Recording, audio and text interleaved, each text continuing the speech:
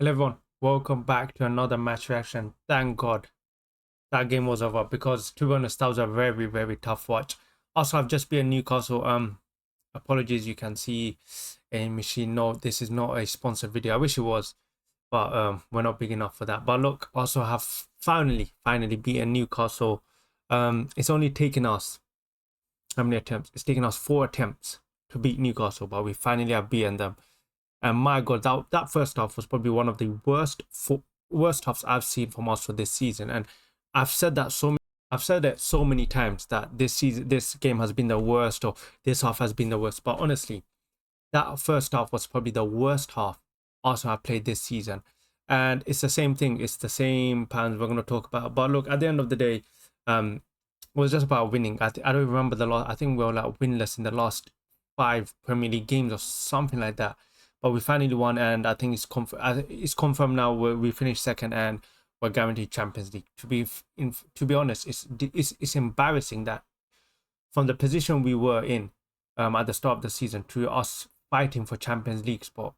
I mean, I know we were never like in too much of a danger, but still to be fine for the Champions League spot, to have a like to worry about in the back of your head that oh my God, we need to win because we need to secure Champions League football was to be honest, it's a bit sad. It just shows you how poor we have been this season.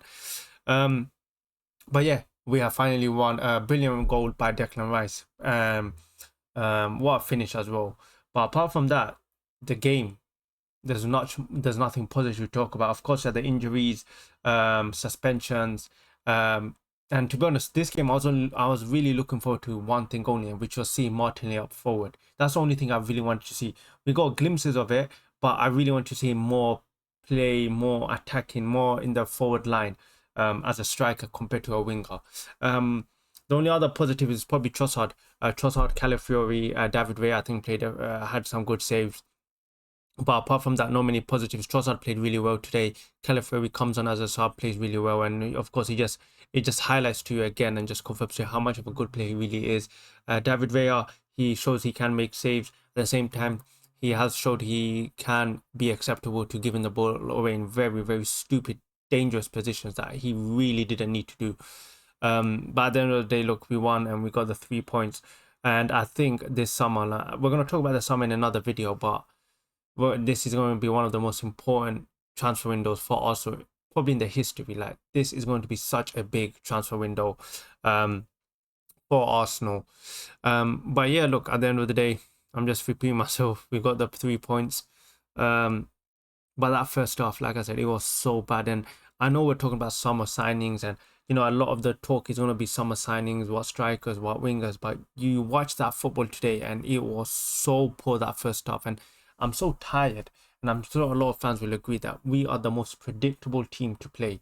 Whether it's the tactics, whether it's the players, I don't know what it is, but we're just so predictable. It's like you get the ball and you just give it to Saka. Every time anyone on the right hand side, bar Saka, the plan is simple. It's just basically feed the ball to Saka and hope he does something. Martin Odegaard, I mean, his body's already close to Saka. Like he's anytime he gets the ball, he's so close to the right hand side of the pitch that he's passing it to Saka. Like there would be options where he could run forward.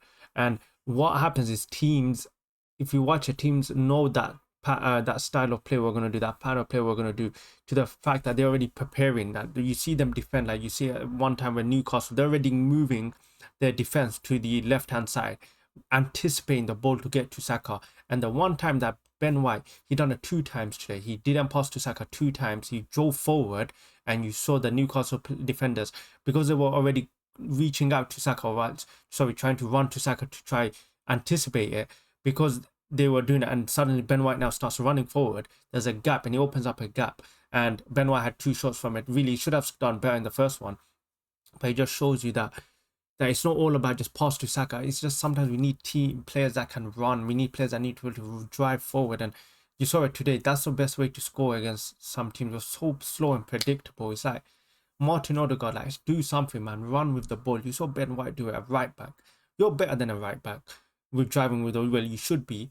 And Ben White does it, creates 2 chances. Like it's just sometimes you just want to see something different. You don't want to see the same pattern of play all the flipping time, because you see when something different does happen, we create something like yeah.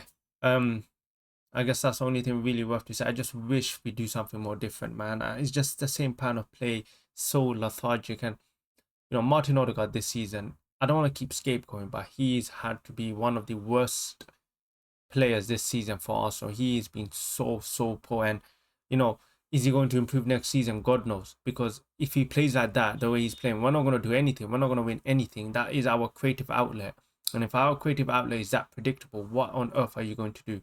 Literally, what are you going to do next season? Like, that is the issue. As much as we need summer signings, I agree, we need players to improve. I mean, we need better players. Sorry, we need to as well. Arteta needs to make, I don't know what but there needs to be a change in the system, not so rigid, man. We need to do something different. We need to be able to be unpredictable. We're too predictable. Like, if us as fans, yeah, know what's going to be the next pass. Imagine these analysts and these scouts who are getting paid millions to watch these games and analyze their opponents. Imagine how quickly they can find Arsenal's style of play. So we need to be a bit more different, a bit more unique in our style of play. It's gone a bit too robust, gone too predictable, gone way too slow. Other things to talk about is of course there are a lot of players going to be leaving at the end of the season. We saw some of them come on. Jorginho, Kieran Tierney, 5 years at Arsenal, by the way. I think, of course, 2 of the season he was at loan and the rest of them injured, but he's been a really good servant, especially during our dark times. He was the one player we look forward to seeing. Jorginho, 12 million signing. Honestly, can't complain. I know I had my fair, what's the word, criticism against him, but for £10 million, he came in, done the job, especially that first season. He was a really good player. Second season, he turned up, especially in the second half of the season. He was a crucial player for us. And yeah, so them two are off, and of course I think we're going to lose a few more, but of course them two are off.